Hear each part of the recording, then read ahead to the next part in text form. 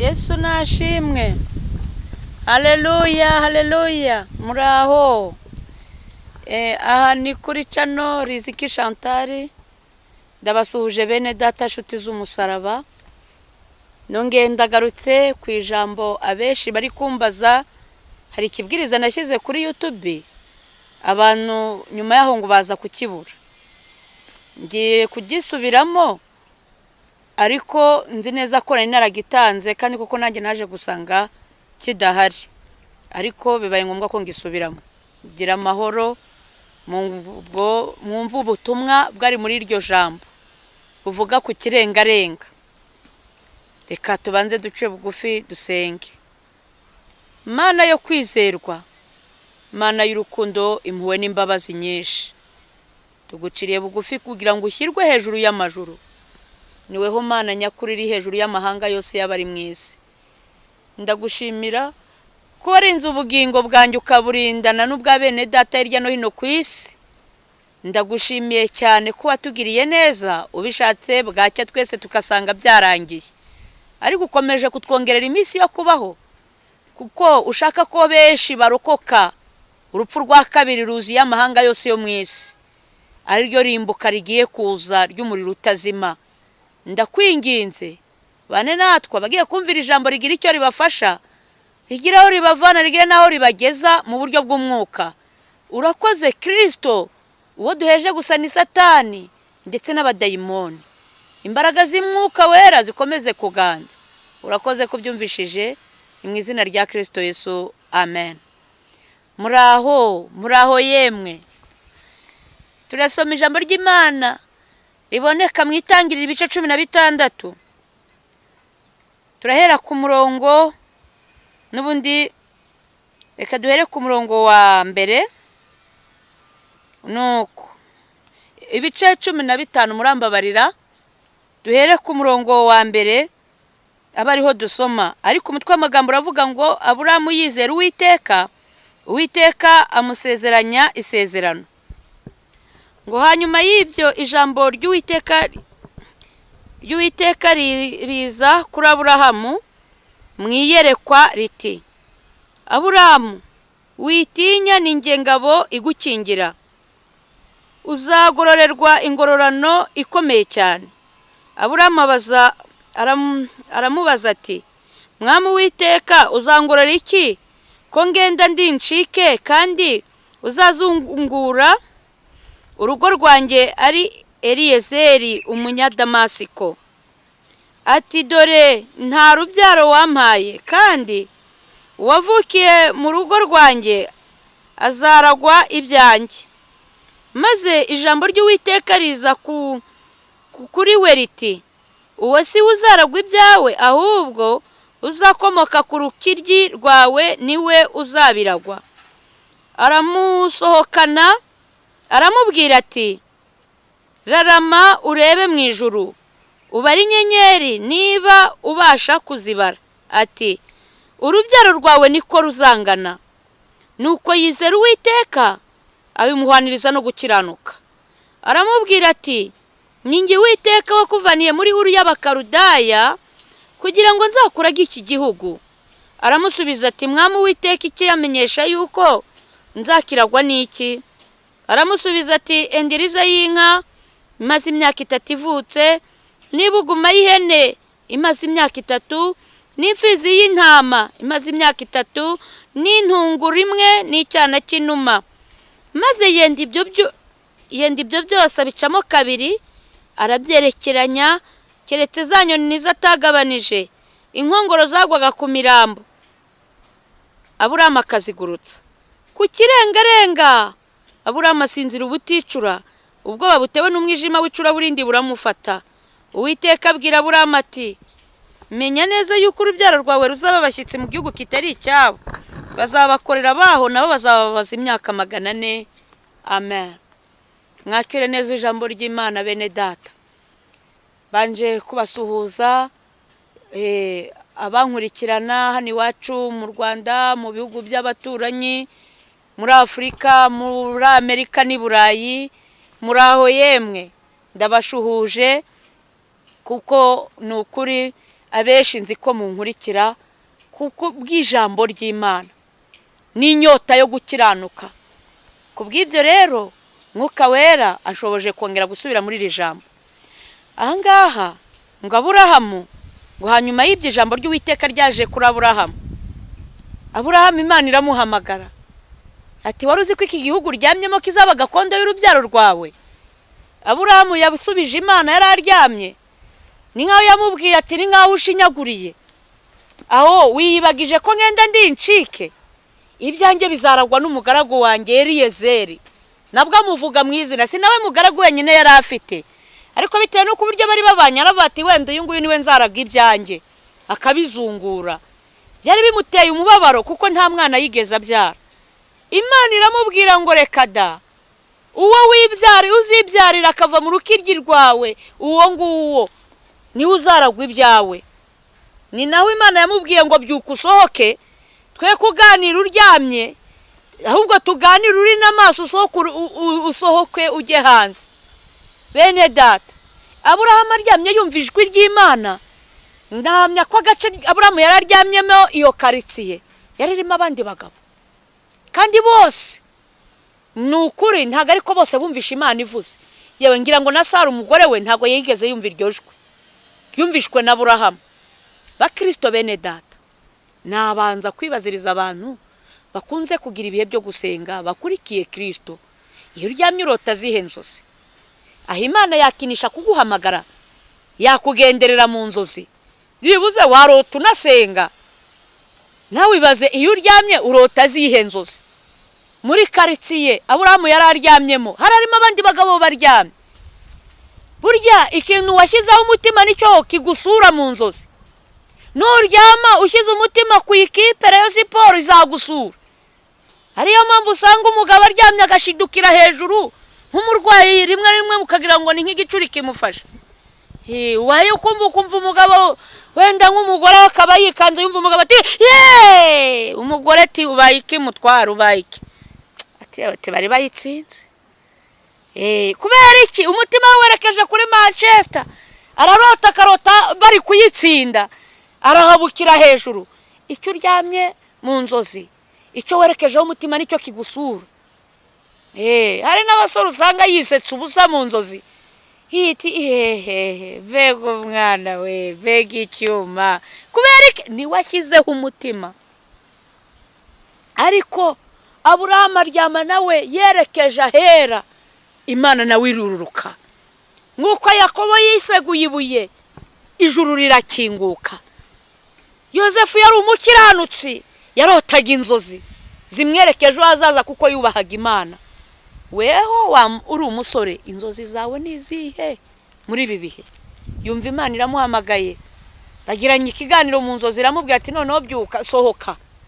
Imana iramubwira ngo raramurebe mu ijuru. Urabona zira nyenyeri washobora kuzibara? Aburahamu turetse nanjye nta munyabwenge ndigera numva, yewe no mu bakoniko n'abapfumu ntawe nigeze numva wamenye umubare w'inyenyeri. Nuko Imana iramubwira ati rero ubwo udashoboye kuzibara niko urubyaro rwawe ruzangana. Aburahamu agira amakenga ati shimye ko muri iyi minsi tubanye neza. Aha nabwira abanyamasezerano, hari igihe witwara neza Imana ikagusanga uri mu mwanya mwiza usenga wirinda ibyaha, ikaba yakubwira ejo hawe hazaza. Ariko Aburahamu agira amakenga, aravuga ngo icyamenyesha ko ibyo bintu bizabaho ni ikihe? Imana imuhereza imirimo abasha kurindirwamo, fatiriza y'inka, b'umunyamasengesho se, b'umuyobozi, ibuguma y'ihene, b'umuririmbyi, intama, b'umuvugabutumwa, intungura y'inuma, b'umuhanuzi, gira utya gutya. Imana imuhereza imirimo, cyane kinuma, jya gusura abarwayi, se umuntu ujya gusura abarwayi ujye ubasengera. Nuko yamubwira turinde igitambo kugeza igihe nzagarukira, sinzasanga igitambo ari icyacononye. Aburahamu rero arinda igitambo. Bene data, hari abantu benshi Imana yashyize mu nzu, irabahamagara muri itaba, muraza. Imana ibashyira ku bitambo, bamwe mwisanga mu makorari, mu budiyakoni, mu ivugabutumwa, mu buhanuzi, mu bupasitoro, mu bushumba, ahariho hose mu murimo, mu madini atandukanye. Imana yaguhaye kurinda igitambo kugira ngo izina ryawe ritazatukwa akagira ibicyona. Ugasanga urakora umurimo w'Imana uri umuhanuzi ariko kikonwa. Aburahamu mu masaha 4, saa 5, saa 6 isazi yajyaga kugwa akagurutsa, yaragifite kuraje, yarakirinze ibyizerwa. Umukobwa uri maso nka Aburahamu yari ku gitambo, nta kimuvogera, wahamagawe n'Imana agashyirwaho n'Imana apana gukurikira abandi. Ntagakangwa n'imyaka afite ngo apange kwishingira. Ntago umusore yamubwira ati nkurikije ibibazo reka dufate amavansi. Ibyo byaha ntibimwegera. Abakigurutse inkongoro, ntawe umukora ku mabere ngo baramurya iminwa nuko umusoma. Abavuga ati mu izina rya Yesu, abakigurutse inkongoro. Umusore uri maso ntabwo akangwa n'iminsi mibi, akaga n'amakuba ngo yiyahuza umugore. Abagore babyaye kangahe hejuru yo kurangazwa n'amazu. Hari ibintu biri kubaho muri ibi bihe bikantera ubwoba. Kumva umwana w'imyaka 25 ngo ashakanye n'umusore bambe n'umukecuru w'imyaka 60. Bamwe ngo ni Imana yabivuze. Umugore ubyaye 5, 7 n'akana k'imyaka 25. Uretse kubeshya iyo ni Imana. Mube maso. Yesu yabwiye abigishwa be ngo mutagwa mu moshya ya Satani, kandi uzacunge abeshi izo ngo ndizimara kabiri, kuko usanga wa muntu yarakurikiye ubutunzi bwa wa mugore. Niho bitaca kabiri ngo madevorce, cyangwa se akajya musambanira azana za maraya mu rugo, umugore akabura uko abigenza. Kera kabaye ugasanga yamutaye. Hari abo twagiye tubona. Bene da, mube maso mutagwa mu moshya. No, umugore uri ku gitambo namugiranya na Aburahamu ukigurutse inkongoro, tera kujya mu bapfumu gucisha gushikisha niba ari kugira ute ngo kubika inzara akazigenda zikenyereyeho. Abakigurutsa nta nama zo kumubwira ngo akenyerere ku mababa n'ibindi. Abakigurutsa ibintu nk'ibyo akavuga ati ndi umukristo kandi nzahora ndiwe. Abakikihangana nubwo umugabo yamubera mubi kajana. Abakikihangana avuga ati abana banjye ejo batazadukwaho n'umwuka mu bakaberera imbuto nziza.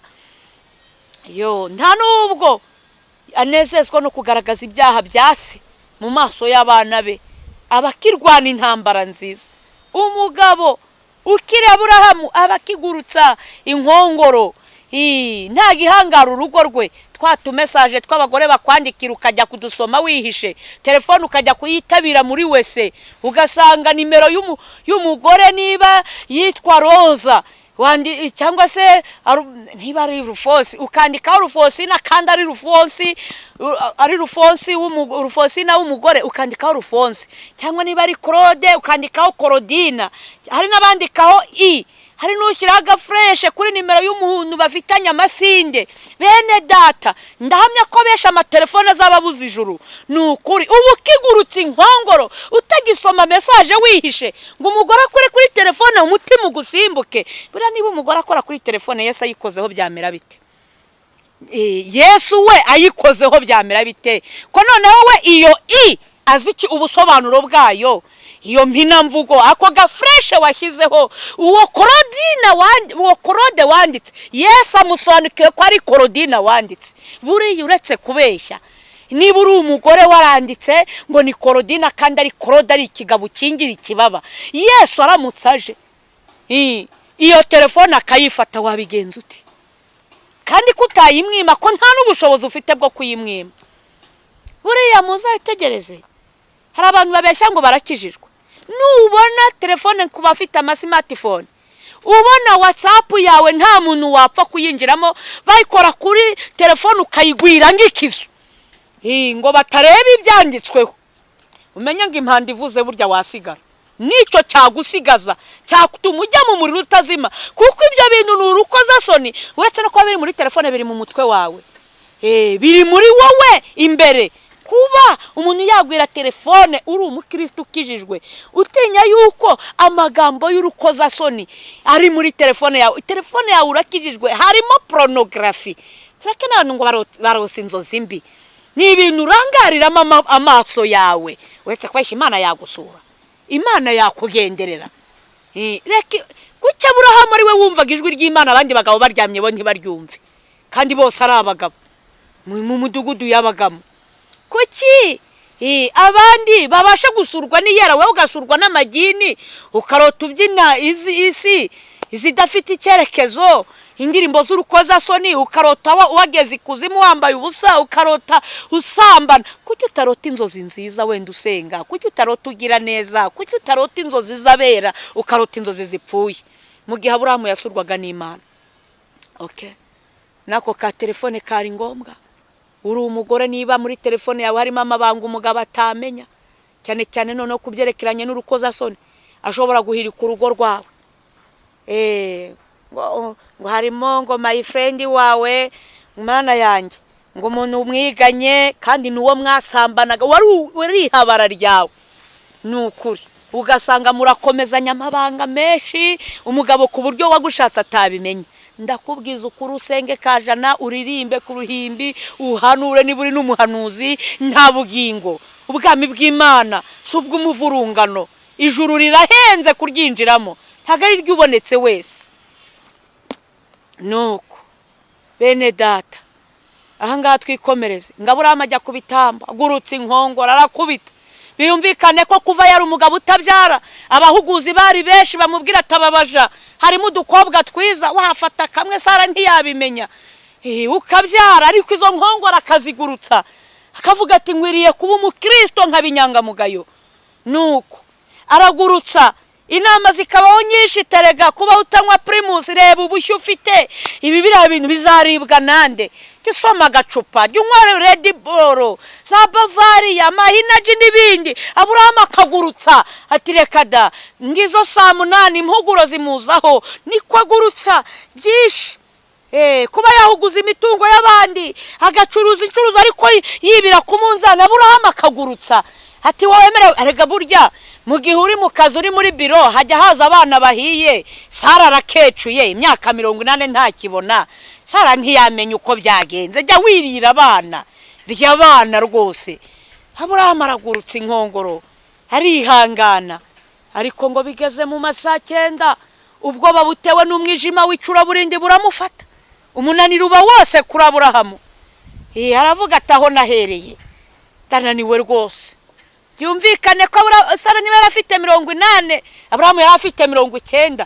Dufite abantu bakuze bayitwa ngo baba mu nzu y'Imana, mu ihema ry'Uwiteka. Sanga umuntu arakuze, n'umusaza, n'umushumba, ariko ntatinya kurya abana, kasohokana kana ko muri primaire kakajyana muri hoteli.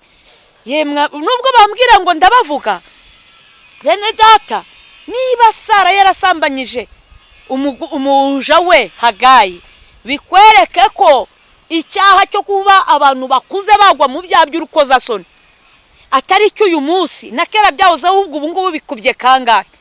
Nigeze kubona icyapa ku muhanda cyanditseho, gishushanyijeho ifoto y'umusaza, umugabo ukuze rwose w'umunyacyubahiro, umusatsi urimo imvi, ubona ko akuze, ayihereranya akana k'agakobwa ka primaire kambaye agakontoni. Nongera kubona umukecuru yihereranya akana k'agahungu. Niba leta hano hanze mu isi babona ibintu nk'ibyo bidakwiriye, bashumba, abapasiteri, bavuga butumwa, abahanuzi, muri gukora amanyanga n'isi itabishyigikiye, bagasanga bari gutanga amakondisiyo ku mahoteli ngo umwana wiga muri primaire imyaka iyi n'iyi ntiyemerewe kuhinjira. Bakozi b'Imana, mwebwe umuhate wanyu kurwanya ibyaha n'uwuhe? Niba leta iri kurwanya ubusambanyi, tibyibuze ikirara gikuze ntacyo tuzihangana. None mwebwe muri kuyobora umukumbi w'Uwiteka, mwebwe muri kuvuga ubutumwa, uruhare rwanyu n'uruhe? Niba abo hanze, abo twita bisi, nabo babire bagasanga bigayitse. Aburahamu agatotsi karamufata, kajya abona ka Hagayi disi, kabakuramye mu nzu kari gukoropa, kavuga ati dore amataye we, dore we. Yemwe bagabo, mwibuke ko harimo abafite abakozi mu rugo bakunze kwambara za mini. Nagira inama abagore, ibintu byo kuvuga ngo umukozi aragusasira mu cyumba uri umubyeyi, uri indangazi. Nyabuneka ngo nuko umukozi wawe mwumvikana, hari imirimo umukozi ashinzwe, hari n'imirimo umukozi atemerewe gukora. Ntago umukozi yemerewe kukumesera imyenda y'imbere. ni ukuri turi mu bihe bibi, turi mu gihe n'amarozi yateye. Iyo ni imirimo wakagombye kwikorera nk'umugore mu rugo. Kwisasira igitanda niwe wakagombye kubikora umukozi atakumenyereye. Ariko ari igihe abagore bageraho rwose akadamarara ati mfite umugabo ukijijwe, nubwo yakizwa si Mikayeli, si marayika Gaburiyeli, ni umuntu. Zirikana ko na Sara yaguye mu cyaha aryamana na Hagayi, kandi disi ntabwo yari mu myaka 60. Reka da, Sara yabyaye afite 90. Ibaze none icyo gihe Aburahamu yashobora kuba afite n'imyaka 100, ariko arangagwa mu cyaha ari muzehe. Hari abasaza babajyama babaniga, ubona umukobwa akagusuza yo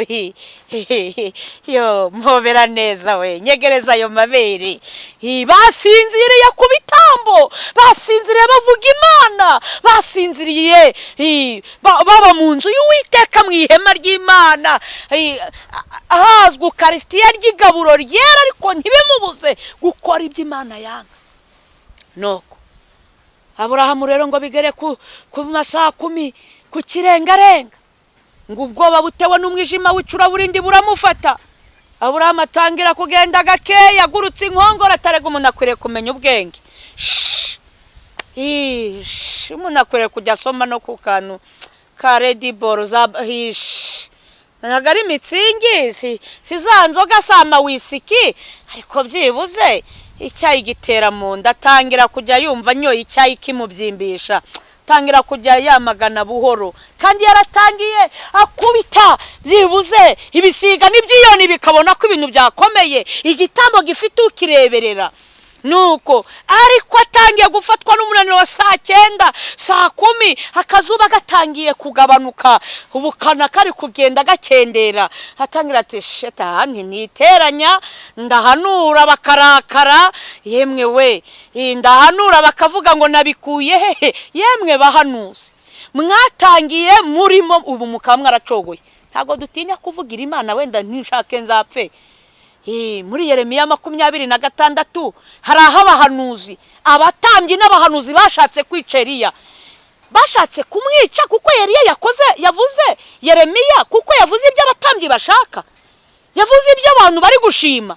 Ndabizi nanjye ibyo mvuga abatambyi ntago banyumva, ariko tubwizanye ukuri, uwagarura Yeremiya nirihe torero ryamwakira muri iki gihe?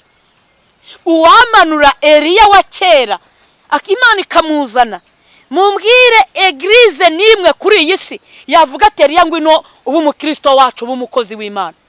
Tubwizanye ukuri, hari igihe umuntu avuga bakabwira ngo ni inzaduka. Muranze mushishoze bakristo bene data, namwe bashumba mu nyumva, ndabizi ko ariho abanyumva. Uwagarura Yeremiya no muri aya macace yose, ninde wakwakira? Nirihe torero ryakwakira Yeremiya mukurikije ubuhanuzi bwa Yeremiya? Ninde wakwakira Ezekiyeli wa kera? Nimubona bashumba mutahereza karibu Eliya, Yeremiya, mwibaze ijuru muri kujyamo ko ariho batuye mu ijuru babana n'Imana, muzajya mu ijuru ryandi. Niba mwicace yawe Yeremiya utamuha karibu, urambwira ngo intama zigukurikiye ziri kujya hehe? Mube maso. Yesu yabwiye abigishwa ngo mube maso mutagwa mu moye. Harya ba Petero babishe bakababamba bacuritse, bavuze ibyo abantu bari gushaka, babitaga abayobe. Ba Paulo barafunzwe, bavugaga ibyo abantu bashimye. Iteka ryose nasanze umuntu akora Imana neza muri iyi si. Iyi si ni isi y'umwijima, ni isi y'ikinyoma. Abenshi bakorana n'ikinyoma bakabyita ukuri kandi ari umwijima. Sakamushyigikira abashumba abaki bose bagatsinsibanya kubera ko afite amafaranga, kubera icyubahiro afite hano kuri iyi si, bakashakisha uburyo borosa. Ndababwiza ukuri, umwere Imana wita ibara ry'umweru, Imana iryita umweru. Umukara n'umukara, ntago Imana iteze kwita umucyo umwijima. Umwijima n'umwijima. Wenda nimushake murusheho kurakara, nanjye ndaharanira. Paulo yavuze ngo ndasiganwa singutazi yanjye, ndaterana ibipfusi ngo ariko simpusha. Arakubitira mu cyico, ndashaka gusingira icyo Kristo yafatiye.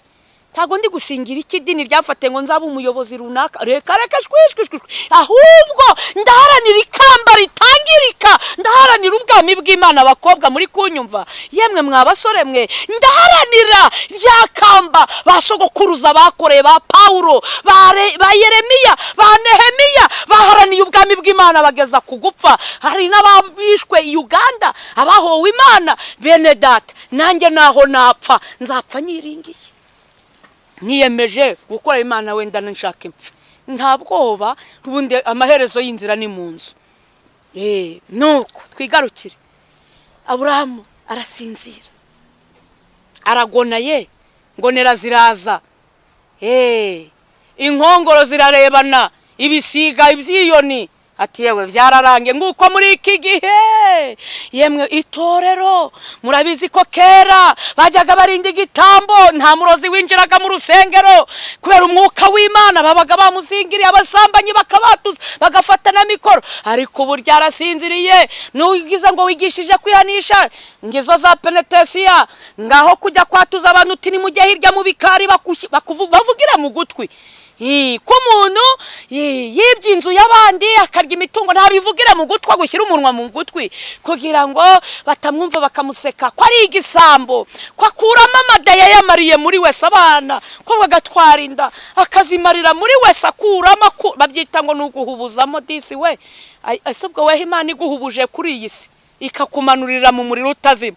Harya mu muriro utazima aho ndi mugira ngo hariyo umwuka mwiza, hariyo umunuko, hariyo inzara, hariyo ibyago n'amakuba, mu mubabaro urenze. Ushobora kwibwira ugakora ibyaha, mwa mukobwa ukarya brochette z'abandi ushikagura, uzimiragura, urya inkoko z'abandi, ngo uri kwikiza inzara, kandi uri kwitegurira inzara iruta iyo ngiyo wari uri gutinya y'akanya gatoya. Nuko Aburahamu arasinzira ku kirengarenga. Jambo ryavuze ngo Aburahamu asinzira ubuticuru.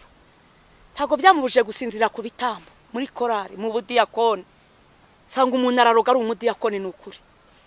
Gasanga umuntu n'umuvuga butumwa ariko ari muri Eliminata, ari mu myuka mibi, kujya guhaha impano mu badayimoni za Nigeria. Hari n'ababeshya ngo bagiye muri Israel kandi ari Nigeria kujya guhaha imbaraga zo gukoresha ngo ibitangaza, ngo ibimuga bihaguruke. Ariko Mana yera we, nge nakubone nakijijwe, abantu bakoreshwa n'ibitangaza bagiraga n'ifuhi byo kurwanya icyaha.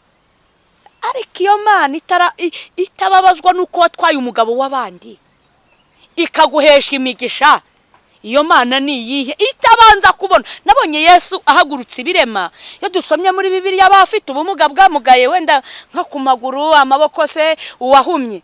Ariko mbere na mbere Yesu itari kuvuga ngo ibyaha byawe urabibabariwe. Yabanzaga gukemura icyamubuza ubugingo inyuma ku mubiri. Ntago ariho Yesu yagaragaza ko hihutirwa. Twigarukire ako ngako tukarenge. Nuko ku kirengarenga, bene data, mu Kinyarwanda kimbitse, ntago ndi umunyarwanda wavuga ngo ndi umuhanga mu kumenya Ikinyarwanda, ariko ikirengarenga ni akazuba ka nimugoroba bakita gashukabaja, abandi bakavuga ko kitwa kiberinka.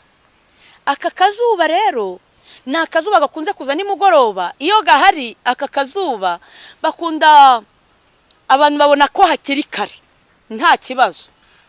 Abajya gukina bakina, abana bakina, abajya mu mazimwe, abasenga baba babona hakiri kare.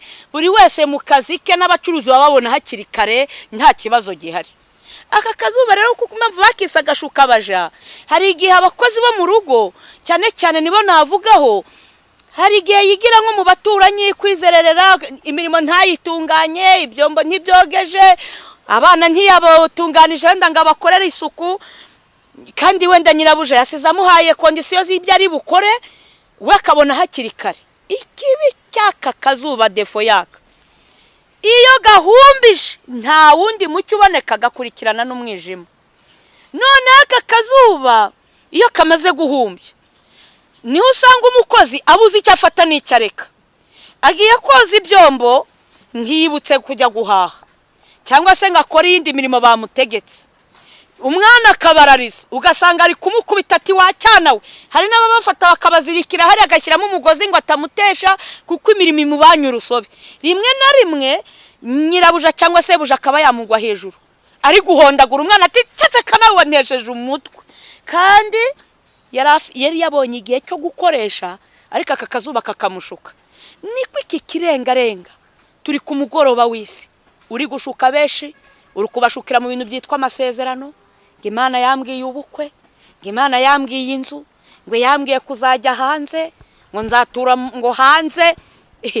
Ariko n'ijambo ry'Imana byashobora kuvuga ngo hanze hazabimbwa n'abarozi. Burya niba nagwanura hanze jya urasaye ngo baze Imana ati aho hanze uri kunjyana ni hehe, turasobanuza. Yowe yaravuze ngo Imana ivuga rimwe nkumva kabiri. Niba guhanurira hanze jya urabaza Imana ati hanze ni hehe, hanze hazabimbwa n'abarozi n'abakunda kubeshya bakabikora. Nuko kubwako kazuba k'ikirengarenga n'Aburahamu yagasinziremo yibeshya ko hakiri kare.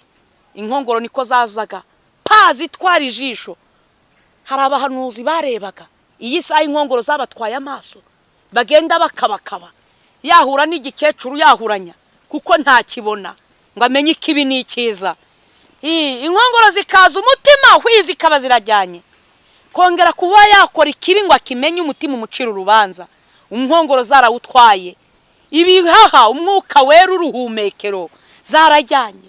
Amatwi nta kicyumva ijwi ry'Imana ryarakamye, kandi yahamagawe yumva ijwi iryo ryaragiye.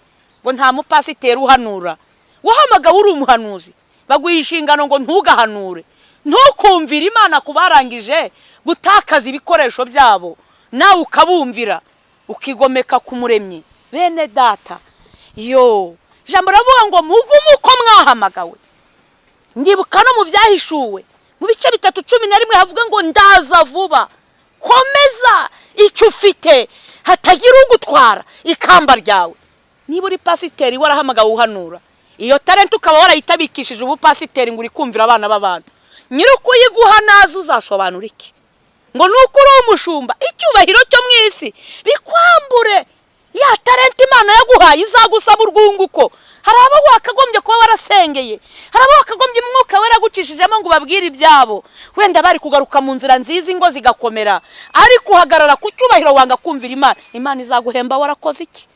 Nawe ubibaze. Icyo nyiri tenta waritabye, icyo yagororewe baramubwiye ngo nibamubohe abagaragu, abamarika barahari bo kukuboha, barahari. Imana ifite ingabo, hari abo kukuboha mumujugunye hanze ahazaririra gahekenyera amenyo. Harya Imana igupangiye guhekenya amenyo, icyo uri we wese ninde wagutabara? Igupangiye kurira watabarwa n'iki? Bene data, Aburahamu kirengarenga Imana iramutungura ibiraje, yasinziriye ingonera zarageze mu matwi. Aburahamu w'umugore asigaye ajya mu bapfumu kandi adiyakona, ari umuririmbyi asambana, ari abatinganya, ari abacuranzi ku byuma, ari abahanuza, ari abavuga butumwa bagiye mu ngo z'abandi, abakristo bicaranye imitungo y'imihuguzanyo, abariye abana muri kompasiyo bagashyiramo ababo bakarya imfashanyo zitabareba. Nuko Imana iramutungura ati yewe Aburahamu. Aburahamu asanga terekata yasinziriye, iramubwira ngo ibi noneho bikubera ikimenyetso yuko urubyaro rwawe nubwo urukurira ngo ntiwabyaye, abazagukomokaho bazakora uburetwa imyaka 400. Mukozi w'Imana uri guhemukira Imana si we wenyine, n'abazagukomokaho bazahura n'akaga kubwo gusinzirira ku bitambo. Yewe mugore, nudakora neza uzahura n'akaga. Ya mivumo yose izagusohoraho mu gihe usambanira mu murimo w'Imana, mu gihe urogera mu murimo w'Imana uri umurozi, mu gihe wiba ugafata ibitakugenewe, uzahura n'akaga gakomeye. Nuko Imana niba itarababariye Aburahamu sogokuruza wabizera, we urinde wakwitwaye neza.